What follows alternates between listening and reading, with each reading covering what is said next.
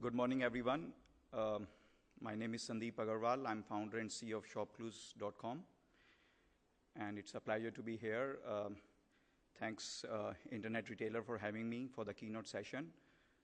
Sorry, I forgot the name of the lady who mentioned in my introduction.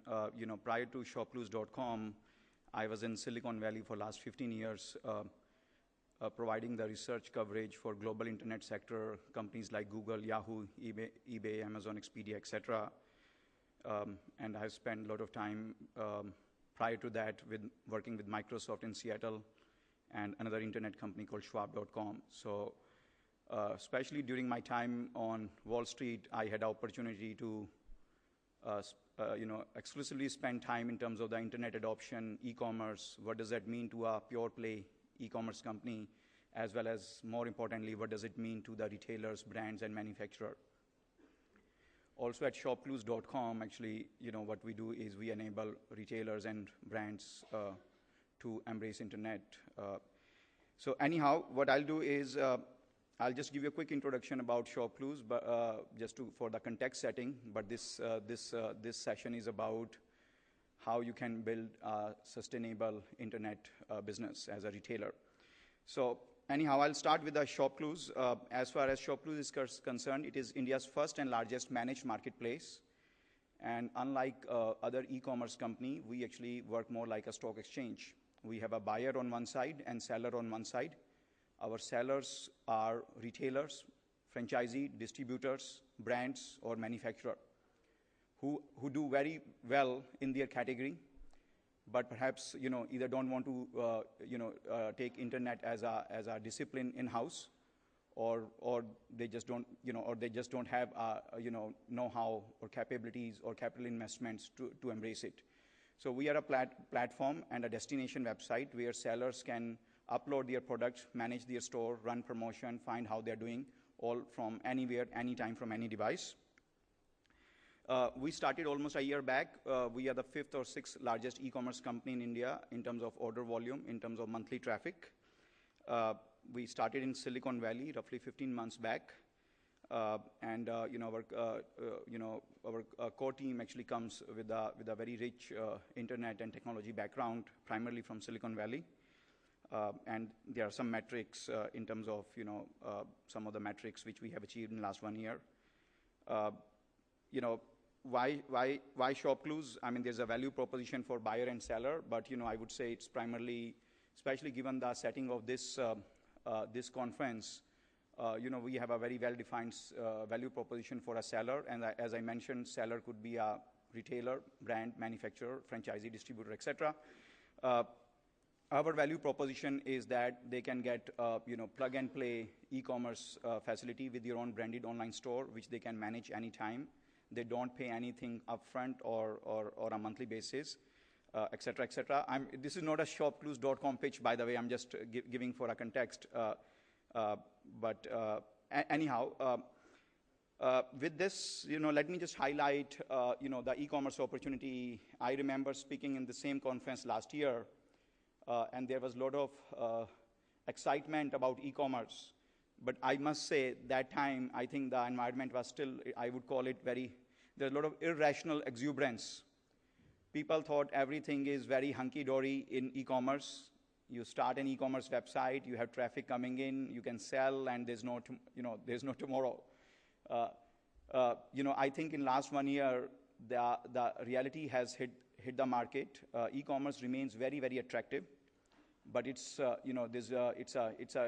pure execution game. When I go through my subsequent slides, I'll highlight, but there are a lot of things you have to do to embrace e-commerce. But in terms of opportunity, let me just highlight, India is now 3rd largest internet population in the world. First is China, second is US, and now India is the 3rd largest internet population. So that creates a very sizable audience for any internet business, whether it is e-commerce, classifieds, online advertising, etc., etc. Unlike US and China, India has only 0.1% penetration. And what does that mean is only 0.1% of the total retail market of this country is online. Just to give you context, in US, it is roughly 6%. in China, it is now actually close to 14%. US is a $3.5 trillion retail market, and roughly 200 billion of that is online. China is roughly $1.5 billion or so, $1 billion to retail market, and roughly 200 billion of that is already online. Typically what happens, you look at the penetration of different consumer products, for example, you will always find US, Western Europe, and Japan to be way ahead of third world countries. But what is this happening? In China is almost double the penetration versus US. Why that is the case? It is because China does not have a retail, the physical retail footprint like US.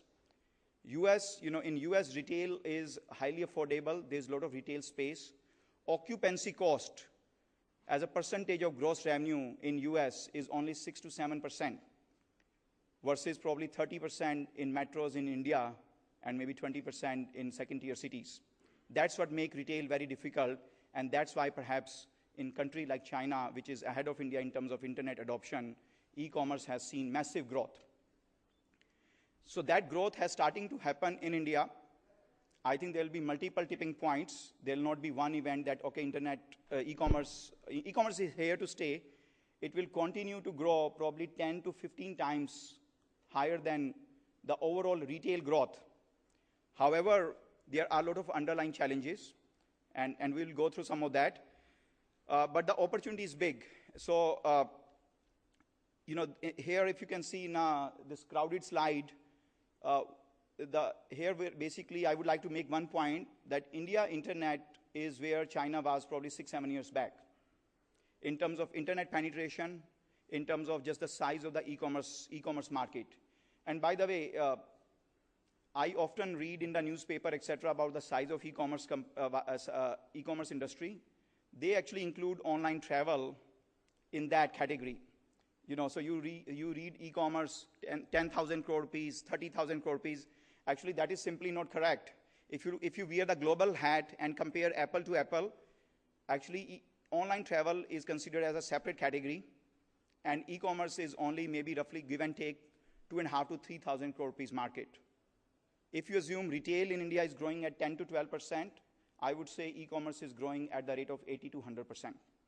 So that's what you get. You get a very high growth delta, and to adopt e-commerce. This is our actually long-term forecast for the size of e-commerce industry. It's in US dollar. So we think that India will touch roughly 50,000 crore rupees in e-commerce, excluding travel, by 2015, and roughly 3 lakh crore, which is $60 billion, by 2020. So, in 1986, nobody cared about Wipro, Infosys, TCS, or the IT services as an industry, and it has just changed the face of India. And IT services was grabbing the new money, which was not spent elsewhere. But in e-commerce, 550 billion is already spent by Indian consumer offline. So the addressable opportunity in e-commerce will always be big, because there's an underlying asset which is much bigger, and technology is helping consumer and the sellers to bring that online.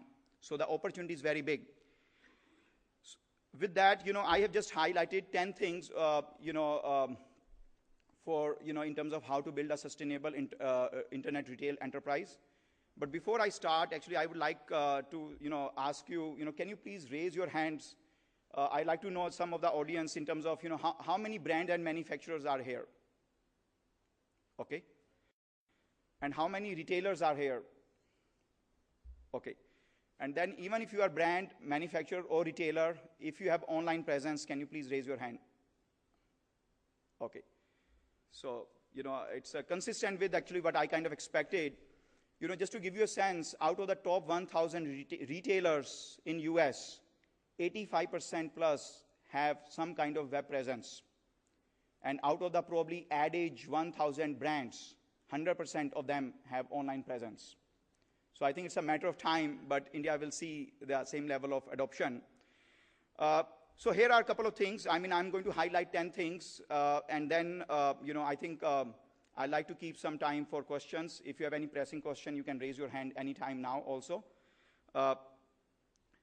So I think my first thing is e-commerce, internet please take a long-term approach. Okay, if you, if you're thinking that e-commerce is great, market size is big, you have strong desire to adopt e-commerce. Keep in mind, it's just, take a long-term approach. You have to keep minimum 3 to 5 years approach, right? You may still, day one, you may still see higher growth than your existing business, but it's just a long-term investment. No sustainable business is created with a short-term approach. So I would say my single biggest takeaway is take a long-term approach. Second thing within that, I'll say that, when you take a long-term approach and you adopt e-commerce, for many of you, internet will be completely new territory, right? Don't be afraid of making mistakes, right? When a child is born, he learns how to sit, crawl, and then run. I'm sure even Milkha Singh did not jump from sitting directly to the running. He probably crawled and walked too. So point is, you will, take a long-term approach and you will actually make mistakes. And don't be afraid of making mistakes. Some lesson will come for 500 rupees, some will for 50,000, some for 5 lakh, some for 50 lakh, and some will be more expensive. But each lesson will make you more ready for this big opportunity. Second thing I would say is, by the way, this is where, in my view, having seen multi-channel retailers in so many other countries, this is where most of the retailers, most of the brands consistently miss out from a pure play e-commerce or internet companies. The key point on this is create a startup culture. If you have a brand, many of you raised their hands when I asked how many of you have a brand or you manufacture. When you have a brand, you probably had that, when you were creating the brand, think about the level of chaos and confusion. You need to create the same level of enthusiasm and confusion when you now adopt e-commerce. E-commerce does not require Six Sigma operational efficiency in the beginning. It requires a lot of passion, zeal, and startup type of culture. A lot of companies approach me that we have this brand, we started 60 years back or 20 years back. We want to now adopt e-commerce. How should we do that? And first thing I tell them, anyone who works in your internet team, put them in a separate office. Their email ID should be different than your rest of the staff email ID. Paint your office walls for the e-commerce business, red, blue, yellow, right? Just create a very casual environment. Nobody's going to call anyone sir or ma'am, right? These sounds very simple things, but this is what is a creation of a startup, right? You need almost like a rouge and rebellious behavior to really adopt this industry, which is very attractive, but full of chaos and confusion. Third thing I would highlight is be ready for the capital investment. Many of you are retailers, probably multiple outlets, brands, maybe nice manufacturing facility, project financing from maybe IDBI or something like that. So you know the meaning of capital, especially in India where the cost of capital is 12 to 14%, right? You have to deploy the capital very, very nicely because it's very expensive. I just want to let you know that don't think e-commerce will be just a small one-time investment and you are done. E-commerce also requires consistent capital investments. Because it's a technology, it gives you lot of opportunity in terms of everything you spend, you can perhaps measure. There's a better reporting, there's better deployment of capital for sure. But when you think about e-commerce and internet, don't think it will require significantly lower capital. Yes, I mean, if you create physical outlets in Bangalore, in a shopping mall in Delhi and Mumbai, etc., versus that, it will indeed give you a huge advantage, but still be ready for some sizable investment. And then you have to also on a monthly basis, on an annual basis, you will have to still keep on pumping money. Another thing I would like to highlight is, even when you adopt internet for retailing, there are many things they are not going to change for you. You will still have to do sourcing. So if you enjoy sourcing, you will be actually a better internet retailer. So, but sourcing, and by the way, when I say sourcing, I'm kind of assuming for retailers. For brand, they manufacture something, or manufacturer obviously manufacture something. Second thing is supply chain does not change. In many cases, I would say it in fact become more complex. If I walk into a shop in Galleria Mall in Gurgaon and I say, do you have a BlackBerry charger? He can say, no, I don't have it, and he does not have to apologize. When a customer just bought something from you online, after that you cannot say, I don't have it. Right? So the dynamics are very different. Third thing I would say is, especially if you are a brand, retailer, or manufacturer, if you adopt internet retailing, still inventory risk is yours.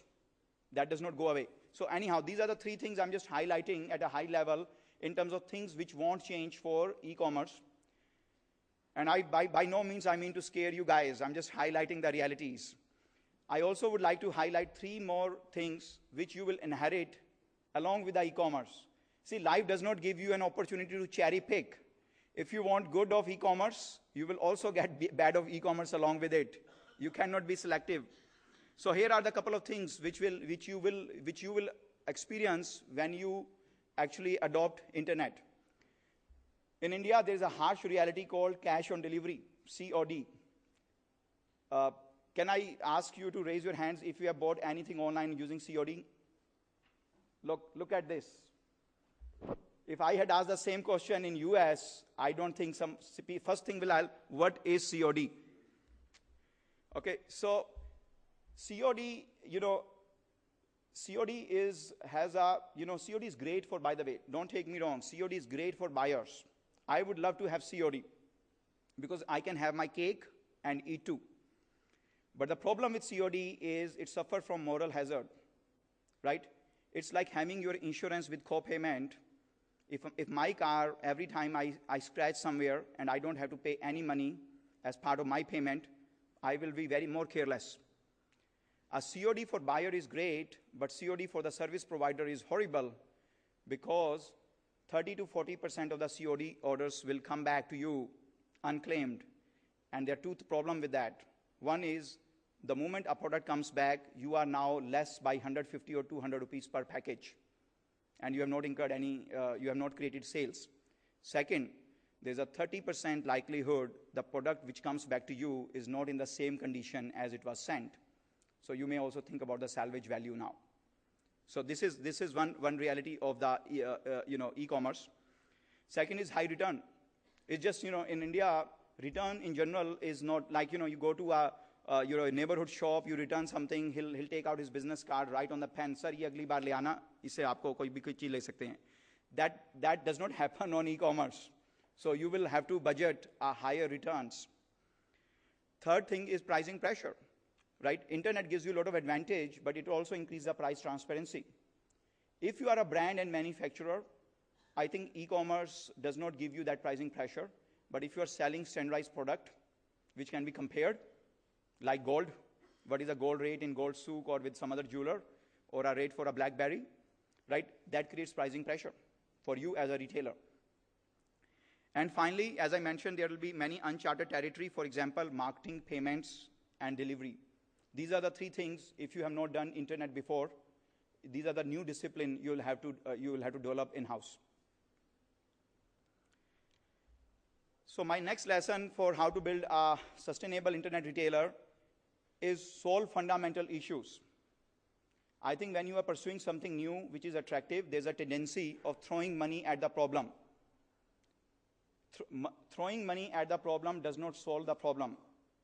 Okay, it is like having a steroid shot. Steroid shot will control the damage for temporarily, but you still have to fix it. So if you're thinking about building a sustainable internet retail, think about solving fundamental problems. First thing you have to keep in mind is the buyer value proposition. A customer does not care whether you are a 60-year-old brand and now just started selling online, or you are VC funded or not VC funded. You are NRI or homegrown, or you are educated or not, you know English or not. He does not care about any of those things. He only cares about, at least in the internet retail, can I get the product in the same condition which I'm seeing online, at the lowest price possible, and the fastest way of delivering to me. He only cares about that. So when you think about adopting internet, are you ready for that value proposition? And can you deliver to that promise? You will make mistakes. We all make mistakes. ShopClues grew up very fast, but we do make all those mistakes. But it's a learning experience, and the thing is to get better every day. Another thing, as I mentioned, is in your traditional business, a lot of your data probably sits with your accountant, in your point of sale register, and maybe your tally software or other software. But internet will give you a lot of measurable data. But then you have to be also, you have to be very, very data driven. You can analyze a lot of things, right? While talking to this group, if I have a clock which says, Sandeep, your blood pressure just went up, I can now start speaking slowly. I can relax. Internet actually gives you an opportunity as long as you have ability to collect that data and analyze it. And that, so that can be great. Then there are a lot of other things you have to think about, fundamentally solving the supply chain for your business, because each category, each product, each territory will have different challenges. So you'll have to think about that. There are a lot of payment issues. By the way, in this country, the payment failure rate is very high. It can be as high as 30 to 40%. So even if you're spending your marketing rupees, you're acquiring customers, you are running the whole operation, guess what? Because of the fault of a payment gateway or somewhere some technology or maybe a power failure, there are a lot of reasons, but the payment may not get completed. And 30% to 40% failure rate, just to give you a sense, in US, it is less than 2%. So a lot of your money will get wasted because the payment will not go through. You have a ready customer who is willing to pay you, and if it is not COD, there's a 40% likelihood that the payment will not go through. Again, as I mentioned, return policies. By the way, return forward logistics in e-commerce, as it is a very, very tough discipline. It's a movement of truth, right? Customer does not care whether human being packed or a robot packed. Customer wants his product as soon as possible, right? So forward logistics is very tough, but I can tell you even more tough is actually reverse logistics, where a product was delivered to your customer and you sent by mistake wrong size, wrong color, manufacturing defect, missing part. Now you have to bring that over as soon as possible and then send a new one. It is very, very tough. So be ready for that. It's very, very tough. And then, of course, packing and delivery experiences, right? Courier companies. The best courier company in India, at best, is 40th percentile versus global standards. And one of the reasons is in US, first they saw the organized retail revolution, which is happening in this country as we speak. After that, they saw for 2 decades a revolution for catalog business. And the catalog business trained courier companies more than just an office documentation transportation. They could now pick up a packet from somewhere and deliver to customer. So when e-commerce came, it was a natural progression for them. We did not see a catalog revolution in this country. And organized retail revolution is happening as we speak. So you will pay the price as an internet retailer to deal with these courier companies which are substandard. No offense to any courier company. I'm just putting a global context here. I actually already mentioned the importance of being data driven. As they say, if you cannot measure, you cannot control. Right? E-commerce, good news is it gives you an opportunity to have digital data. Digital data is scannable, traceable, trackable, analyzable. But the bad news is you have to now analyze it. There's a lot of data, and you can choose to ignore or you can analyze it. I have just highlighted, honestly, it's a very generalization. Happy to do an offline call conversation with anyone. But I'm just highlighting there are a lot of metrics. On a traffic side, you want to know, traffic like, your daily and monthly visitors, daily and monthly uniques. You want to also see the repeat visitors. You need to know how many pages they view, how much time they spend. Right? All that is very important. Then you also need to know for every 10 visitors who are coming to your website, how many are actually buying. That's called conversion. It's very important. That's a single, if you create an internet retailing, that's a single biggest metric you will be measuring. Another thing is number of items in the basket. right? You just spend your marketing rupee to acquire a customer. Now it is in your interest, can you increase the number of items per checkout? Because you already spent marketing rupee on Google, Facebook, or any other way to acquire a customer, right? What is your average order value, right? A lot of time, if you're offering, let's say if you're offering as a retailer free shipping for the e-commerce business, and if your average order value is very small, a lot of time the shipping cost alone could be 30% of your gross revenue. Are you ready for that? Right, so you have to think about that. Their direct cost could be the payment gateway cost, it could be courier cost, it could be packing supplies. For any business, these are the minimum 3 direct costs for the internet business. Then CPA, it is a cost per acquisition, right? This is basically, you will have to, even if you create an internet business, the onus of bringing traffic is on you, and it is not expensive. I have a separate slide for that, but I'm just mentioning that is very expensive. A lot of time we don't realize we may end up opening our store somewhere. We only focus on how much rent per square feet we will pay, but we don't realize that we realize, but if you are in Ambience Mall, you will get a lot of traffic because it's Ambience Mall, everyone is going to come. Here, when you have your own website, you'll have to think about the traffic and how will you source it. Another thing you want to know is, because marketing is very expensive, is how many of your customers are repeat, right? I'll cover actually CPA and cohort, I'll cover in a separate slide, so I'm going to skip that. Then you have to think about what is your service level agreement, right? How quickly can you ship an item after a customer has bought it? That is super important. Customer does not know you. He just believes that this product, he sees a price. He has a very high anxiety. He has extremely high anxiety in terms of, when will you ship? And by the way, it is okay if you ship late, but if you tell him that there's a delay, customer will feel in control. So there are a lot of things around it, but anyhow, then, you have to think about throughput, right? While e-commerce gives you, internet retail business gives you a lot of opportunity for better planning, etc., but you still create many places you create a capacity. That means, does not matter whether you get 1 order per day, 100, 1,000 or 10,000, you will still have to create minimum capacity. And then you'll have to think about the throughput. And the capacity, does not go linearly up. It goes in a step function, right? And you cannot increase capacity for anything overnight. It takes longer time. And finally, think about other indirect expenses. You will have technology expense, you will have office running expense, a lot of other things like customer support, catalog, etc. There are a lot of indirect expenses. Moving to the next point. See, I think a lot of my slides so far were really, I'm surprised you still did not walk out from this room. That tells me that you are going to do internet retailing for sure. Here is something, you as a existing retailer or a brand or a manufacturer, actually you have a lot of strategic advantage which a pure play e-commerce company may not have. One of them, you have sourcing legacy.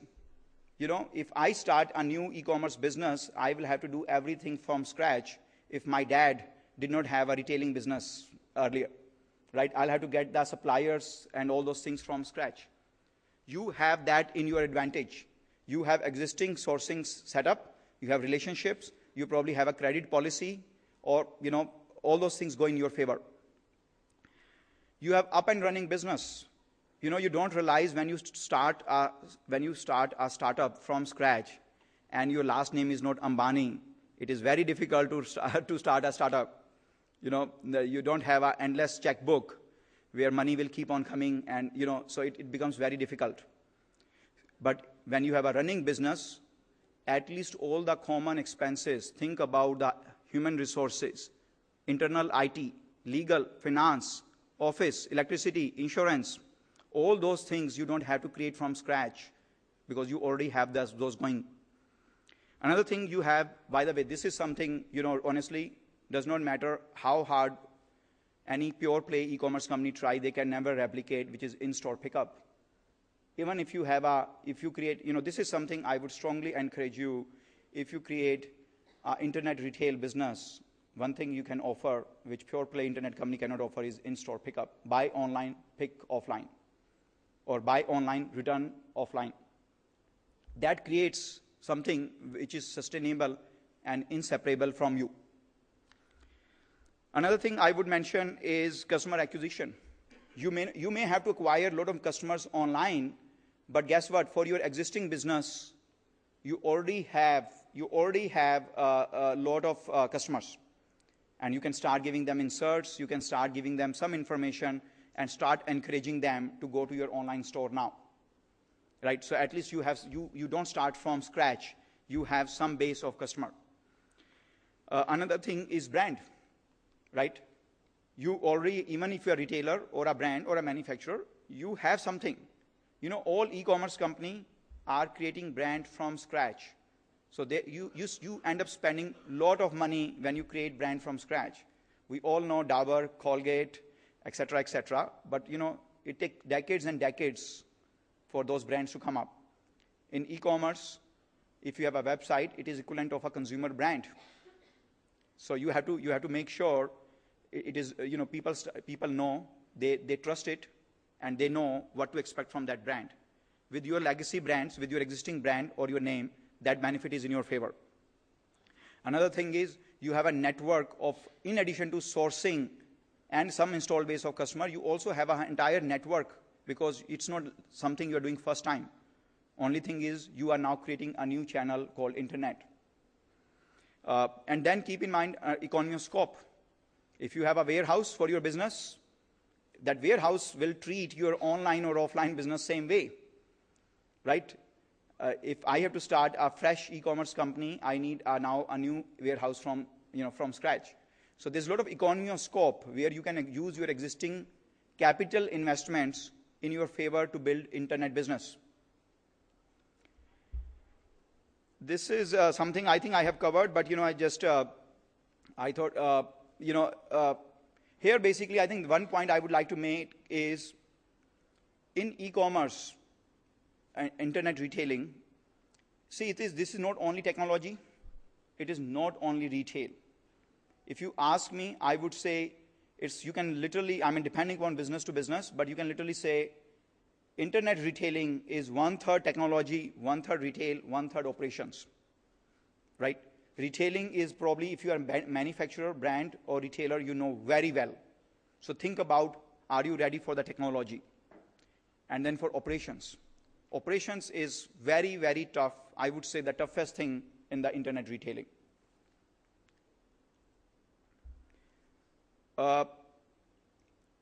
As I mentioned, I was going to cover in a separate slide about cost per acquisition or marketing cost.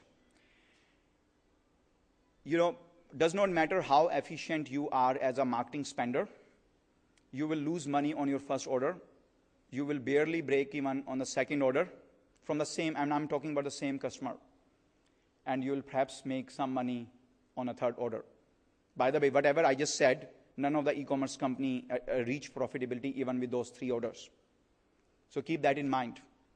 So then that means you need to now keep a few things which you have as your strategic advantage in your favor. That means the first 1,000 customers who buy from you, honestly, should be your existing customers, right?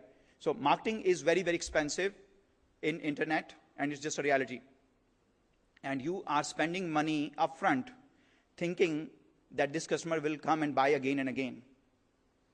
And just to give you a sense, for the best internet retailer also, not more than 45% of the total customers are repeat customers. But you spend marketing in the beginning on all 100, right? So keep that in mind. And another thing you have to keep in mind is, there's no loyalty, right? I mean, customer is a customer. He'll go for wherever he can get it cheaper. One advantage you will have if you have a brand, especially, that of course you will be the maybe sole provider of that brand. So that goes in your favor. I think this is my last slide. So here is something. Traditionally we start something very small and let it grow again and again.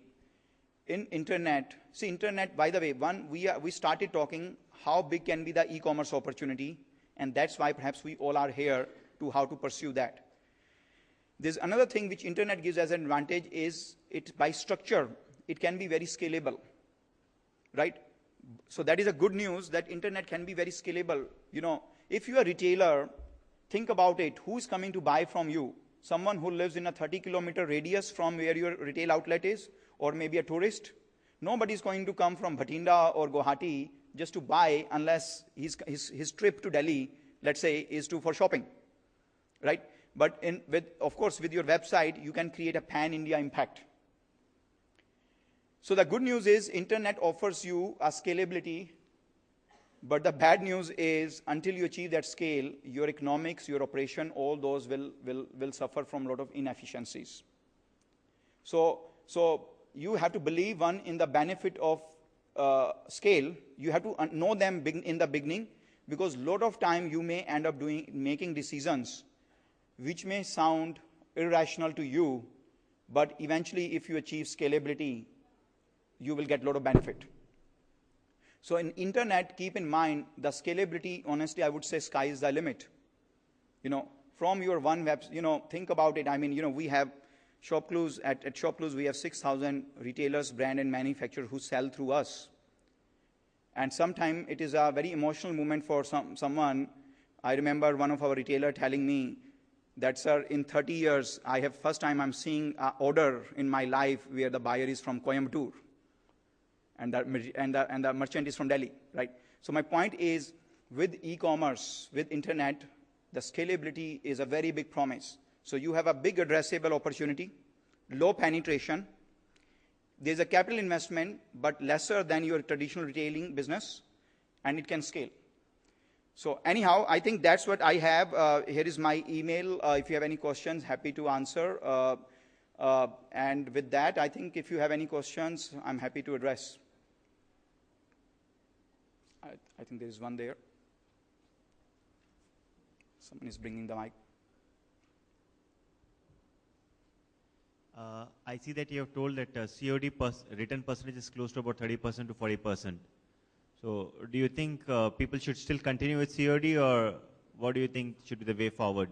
Yeah. Because you cannot do away with that, yeah, but you can also not do with that. Yeah. No, that's a great question. So, you know, by the way, I personally feel if you want to have a sustainable business and you care about profitability a lot, COD is just a harsh reality. And, you know, I would say in a country where COD is so much in use, you cannot say no to COD. But I would say be creative, be innovative, create maybe incentive or no incentive system for people. But if you can proactively discourage COD, that will benefit you.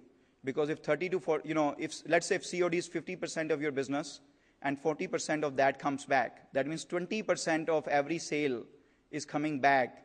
It's going, if nothing else, it will distract you so much that you will not be able to grow your business.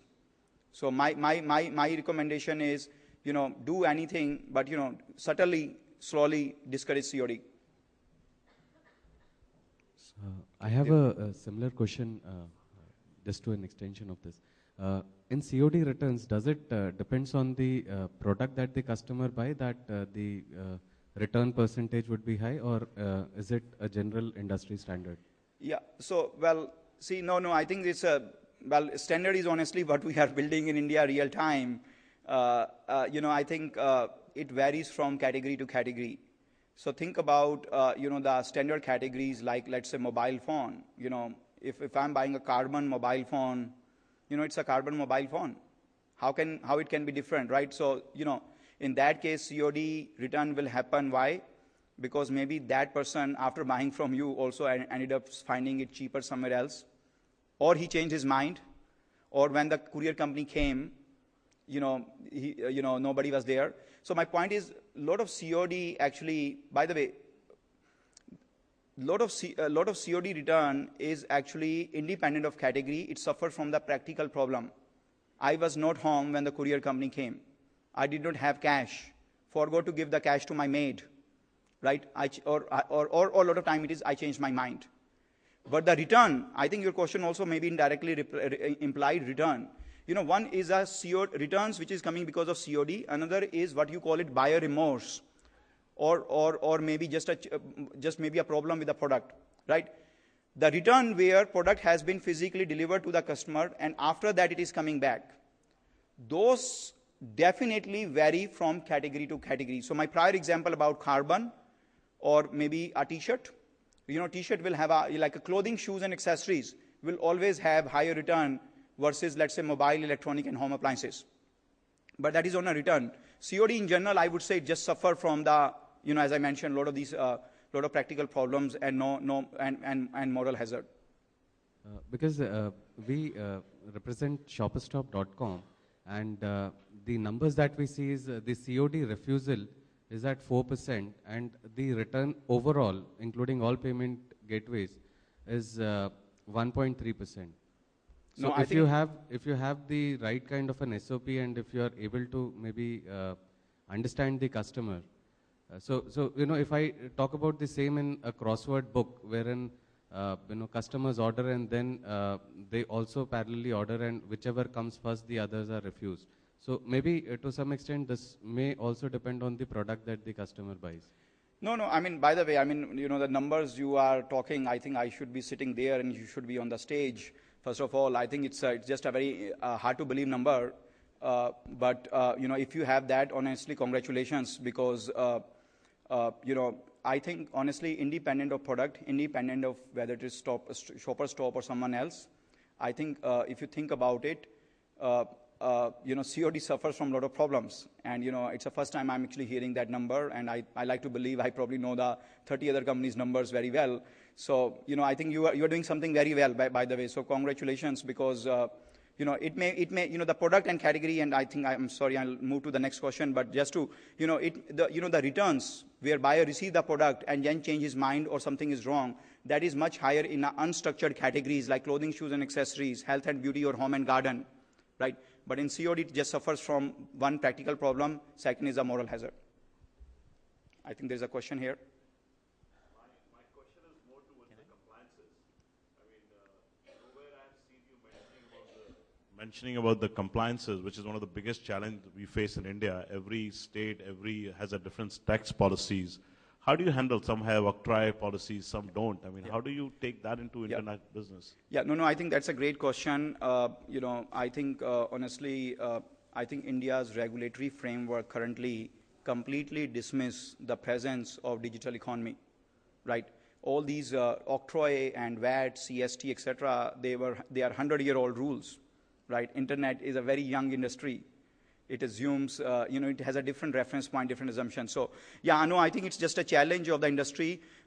Sometime you have a nice courier partner who will take care of a lot of this stuff and bill you. So I think most of the time that's how it is handled. And again, it's not, out of all the states, there are only 3-4 states where you need to, West Bengal, UP, Punjab, and Maharashtra, especially to name a few, where you have some of these special tax octroi type of situation. And a lot of time you can speak with your courier companies to help you deal with that. Okay, thank you. Sanjay, I'm just putting a very weird thought on this platform. Here, Sanjay. Sorry, where? Oh, okay, yeah. Do you think we can make a blacklist of all the COD things and then do not send a COD on that as a common platform? Do you think that makes sense and will that address the issue? Yeah, no, I think yes. I mean, I would say this goes into my, my slide on the being data driven. Absolutely, right? I mean, if you have a physical store and every time one particular customer comes and fight, I mean, you will next time when he comes fourth time, don't tell me you are not ready. Correct. Right? So, but for COD, why would you not be ready? So, absolutely, anything you come up with to control that. I can already see you are thinking creatively about these things, right? So yes, I mean, I think these, creating some kind of regression analysis around the buying behavior, especially for the COD customers. And even if you don't, even if you think blacklist is a negative word, maybe you can come up with a whitelist name. But the point is, yes, if you can every time they accept or not accept, if you can tag that and take a decision next time when the order comes from the same customer, will go a long way for you. I'm just not saying for myself, for my company, but I'm looking at something like Sibyl, wherein everybody's data is collated at a common platform and says that, hey boss, these are the blacklist customers of COD, so please don't ship it to them. Yeah, I think, That's what I am looking at. Yeah, no, I think a lot of, see, different e-commerce companies will be very leery of sharing their customer list to create a common list, because then it creates different type of things, data protection, data sharing, and all those things. So, yeah, I mean, but I hear your point. I think it's a great thing if industry moves to that area, that phase. It'll help everyone.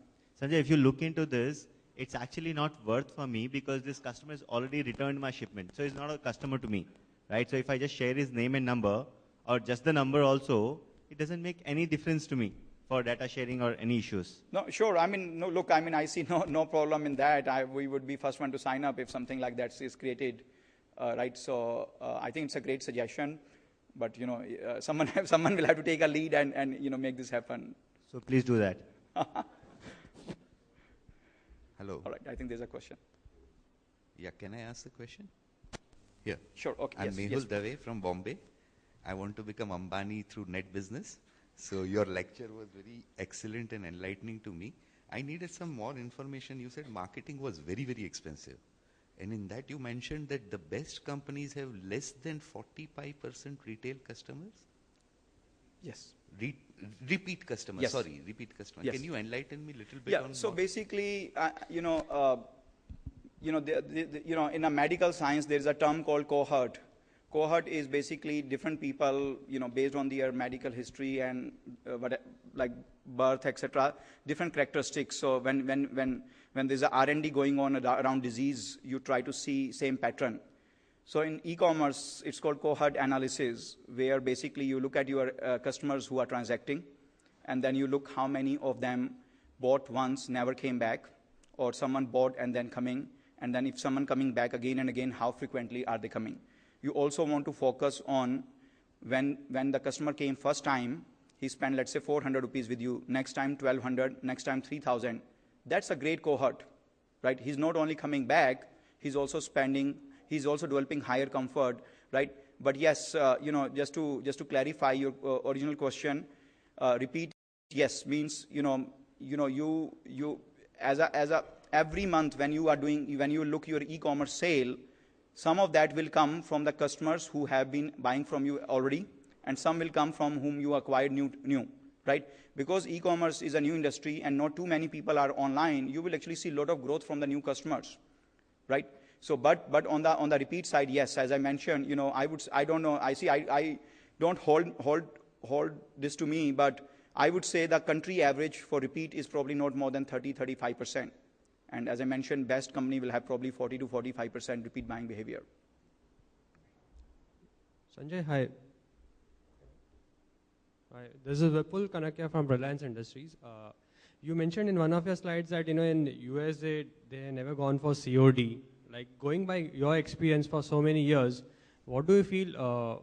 Is there some difference in the kind of customer experience the companies over there create for their customers over there, that they have never felt the need for COD?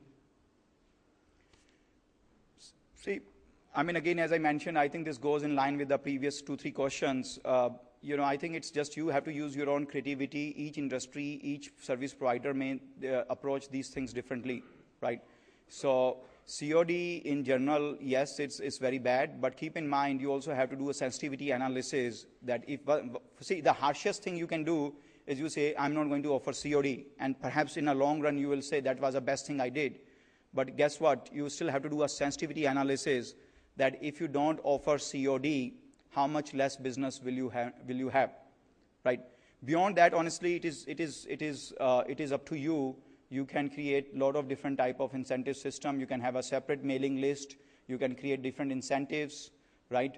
You can actually, by the way, even to discourage COD, you can even start charging for COD, right? It's every time. It's very common in India to charge for convenience fee, right? So you can charge COD convenience fee, right? So it's honestly, it's up to you what category you operate in, what is a gross margin you have, and who is your competition.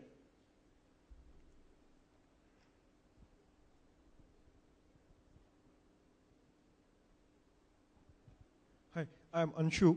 My question is, in India we have all kind of hazards. We skipped our catalog thing. We're still evolving in retail. We have our payment crash, payment gateway crashes. We have the COD problem. Can our portals ever make money? I'm saying, can our portals ever make money? Because these problems will persist. They're not going to go. So you think if I'm not a brand, if I'm only a retailer, can my portal ever make money? Sure. I mean, look, yes, what you just mentioned, see, one is this just a poor infrastructure, whether it is, I think that's what you are kind of alluding to. If you are suffering from poor infrastructure, I think gradually there's a path to profitability. But if you're not taking irrational decision like a lot of other e-commerce company, then honestly, good news is you will overcome these infrastructures, right? I mean, there's a lot of advantage for you running if you have a brand or you are with a physical legacy and then you have an online stuff. I think you don't spend your money on the common infrastructure because your existing business gives you that, and then I think over time you will optimize. I think what you just mentioned to me is a systematic risk. It's not something you suffer from alone, but I think over time you can get over these. I would be more worried if you are saying I have a 70% COD, or you say my cost of acquiring customer is 2,000 rupees. In that case, I'll suffer more. I'll say you have a serious problems. These things, I think, eventually, honestly, they are getting better. There are more payment gateways are coming. Existing payment gateways are getting better. Courier companies are also directionally better. In last 1 year, we have seen a sea change. So I think directionally that will get better. And once it get better, I don't see a reason on a sustainable basis why you cannot have an operating margin comparable to your existing business to slightly better. Thanks. Yeah. Hi, Sanjay. Can mobile money be a replacement for COD? Sorry, can you repeat your question? Can mobile money be a replacement of COD? Yes, absolutely. I think, we hear a lot of things coming in the market now, which is probably a direct attack on COD for a good reason. So absolutely, I think, yes, mobile could be something, and there are as I mentioned, there are a lot of opportunities. But again, keep in mind, it's not COD is not in vogue because the payment will fail. COD is also in use by the customer because it gives him a lot of flexibility to say no anytime until he parts away his cash. So while mobile money will bring a lot of efficiencies and it will increase the convenience in terms of making a payment, but it's still, that part of the business where customer is saying COD is just a preference by me for, that part is probably more culturally linked rather than technology. Thanks. Sanjay? Hello. Sandeep, I represent Quantium Solutions. We are a logistics partner to many of the e-commerce companies. My question is, don't you think the current e-commerce companies or the current phenomena spoiling the customers, by offering a lot of facilities such as, open deliveries, you try and return, there could be multiple level of attempts can be done by these courier companies. So don't you think that is actually spoiling the customers in India, and which is actually making it difficult, for the companies like us to fulfill the logistics requirements? See, I think that's a great question. By the way, thanks for asking that. I think it's a great question. I think what you mentioned, plus maybe because COD is already in practice for many years, and a lot of other things which are based on similar lines. Yes, I think there are a lot of things that are happening in India where it does not matter how big is your checkbook, how much money you have, who is funding you. They are in a long term not sustainable. I think this is exactly I meant by irrational exuberance, irrational behavior. I was fortunate to, being closed with internet for last 12 years. I have seen the rise of US from the internet perspective, Western Europe, Japan, China, Latin America, etc. This irrational behavior I have not seen anywhere else. Companies are choosing to do things which they know they cannot sustain, right? So in a, to get additional, to get an additional, it's like creating some media sensation because you will earn some name. If you do that in that spirit, it's fine. If you have figured out doing what you just mentioned and still making money, hats off to you. You should get the next Nobel Prize in economics. But a lot of things are happening in India by the e-commerce companies, which in my view are not sustainable. And while it is spoiling customer for some time, I think in a long run it is cheating a customer, because you are confusing him, you are telling him this is okay, get used to this. Well, if you pamper customer, why would he say no? But you are confusing him because he will fall from the cliff. Because one day you will not be able to provide him the same level of service and same level of coverage. I mean, think about it. Amazon.com in 2012 did 70 billion. 1 billion is 5,000 crore rupees. You can do the math. $70 billion is what Amazon.com did in revenue in 2012 globally. And if you exclude Amazon 3 business, which is non-e-commerce, which is Kindle, Amazon Web Services, and their digital assets, if you exclude all these, they probably suffered 20 basis point or 0.2% as operating losses, right? Companies in India who are doing all these irrational practices, their revenues are not even fraction of that, right? Even at scale, company like Amazon, which is as sophisticated as Walmart, as big as any other retailer, still after 17 years is making, losing 0.2%. With these things that you just mentioned, you cannot make money. Retail is a 25% gross margin business. And if you have to recover the money for your, general overheads, marketing, finance, legal, technology, etc., if you are the most efficient retailer, you are left with 6-7%. Sometime maybe in this country, maybe retail margins are slightly higher, maybe 10-12%. But if you do what he just mentioned, if you do those kind of things, you are losing money for a long time. And I don't see a business surviving if it continues to lose money for this long. Hello. Hi, this is Bidhani. A great question, but this cost will vary from category to category. First of all, maybe I'll just quickly, and I'm happy to take offline this conversation, but quickly I would say that, think about 1,000 rupee as a gross revenue. Against that 1,000 rupees now, if you are, you now have to think about your cost of goods sold, right? After that, what you're left is, you can call it gross profit margin, right? Well, there are 3 more other costs. You have to now recover for the payment gateway. You have to recover for the courier company. You have to recover the packing supplies.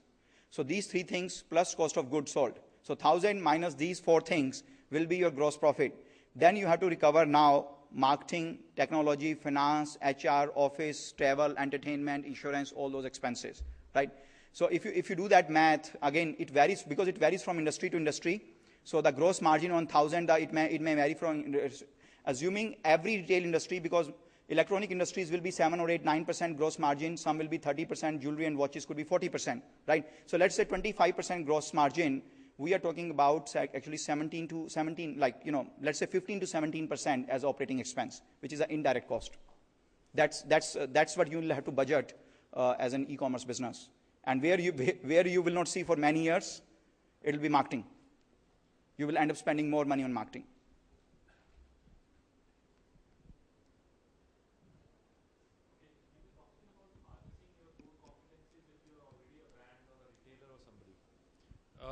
But just on the devil's advocate being here, you're already well distributed. You reach all corners of the country, and you're working through a B2B model, which is typically you're reaching to consumer. He knows you as a brand, but you're reaching through dealers, distributors, and others. Wouldn't there be a contradiction and a threat to these guys if you started servicing these customers directly now? I'm sure I was doing this when retail came up, and there was similar threat. If you open a retail store next door to us, what will happen? Or somebody else opens up third party having your brand. So there was a conflict to all major companies of FMCG and others. But any views on that? How it happened probably with your experience in US, and how it could take shape in India? So I'm not sure. So the contradiction when you have your virtual world set up to service customers directly, when you are a company like a brand or a manufacturer who is servicing through dealers, distributors who might feel okay. Understood. Yeah. Oh yeah. No, absolutely. That's actually a great question. Yes. So I think the question is, if I'm a manufacturer or a brand and I have a setup, I have my own channel distribution, right? Would there be a conflict of interest or a channel pushback, right? Channel clashes, because now I'm now sort of creating a direct-to-consumer model, right? Yeah, so I think this is definitely, so by the way, what you asked, I have seen it for 15 years. This is the single biggest reason lot of companies, by the way, forget about e-commerce. Even if you are a traditional, like an existing brand or manufacturer, and you have your own distributors, even when you know, a lot of time, I think you have a desire to come up with your own retail outlets, right? My point is that threat will always be there, but at least in my observations of last 15 years, I think that threat is less pronounced in internet. And also, it is less pronounced in internet, and also for a brand, you know, the cost of you going right or wrong, if you're coming up with the physical retails, it will be probably 5 crore, 10 crore, or whatever. But in e-commerce, it will be very little. So let's say in both situations, you create your own online stores direct to consumer, or you go online. In both cases, you experience a huge channel push, right? But at least that, and then you have to withdraw. Withdrawing from the physical resources will be much more painful than from the e-commerce side. So A, I would say, yes, it is there. B, I would say it is cheaper on the e-commerce side. And C, in general, I think there's a better justification from your side to your channel partners that, look, I will never compete with you on physical basis. It will only the online channel is where we have a small setup. Hello. Hello, Mr. Agarwal. It's really, I'm feeling very much proud speaking to you. I'm into business of garments and wholesaling in Tank Road. I'm regular customer of shopclues.com.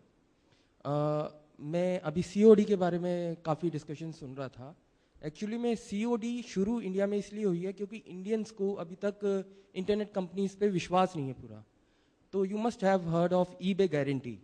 अगर कोई single platform ऐसा आ जाए जो कि काफ़ी e-commerce company अपने आप को उस अम्ब्रेला के नीचे ले आए कि भाई सर्टिफाइड बाय दिस, मतलब this is certified by eBay guarantee, sort of that, तो मेरे ख्याल से लोग क्रेडिट कार्ड पेमेंट करने से घबराएंगे नहीं. I think so. नहीं, आपका पॉइंट बहुत अच्छा है. इसमें जो COD में जो आपने बोला है, बेसिकली इंडिया लो ट्रस्ट मार्केट है. अगर आप US, वेस्टर्न यूरोप, जापान वगैरह से देखिए, India is a low trust market. यहाँ पर बेसिकली द कल्चर इज एक हाथ से ले एक हाथ से दे, and that is what is giving encouraging COD. तो जो आपने बोला है वो I think it goes back to many other previous questions. I think ये चाहे आपने eBay गारंटी बोला, हम शॉप क्लूज में we have a buyer protection, right, there is a payment intermediation, there are lot of things you can do to, like, you know, again, there are a lot of things you can do to discourage COD, but again, you know, I would, yeah, I mean, I think the COD, so that part of COD which is happening because of the low trust, definitely some of that will go away, and we see that, you know, because at ShopClues we are offering, by the way, a buyer protection where basically, you know, buyer money is not given to the seller unless buyer says, I received the product and everything is okay. So that develops that comfort. So what you are saying is definitely something which has been, by the way, tried and tested. And by the way, in addition to India, COD is still slightly higher used in China as well as and also in Russia. So what you are mentioning is kind of sort of escrow payment, where a third party says, based on the mutually agreed agreement, I will release a payment. So yeah, I mean, I think a lot of those innovations are coming. I'm already seeing, you know, some of the payment gateways are also thinking about that. So, but that's a great point. I think that would be definitely a solution, at least to give comfort against the low trust.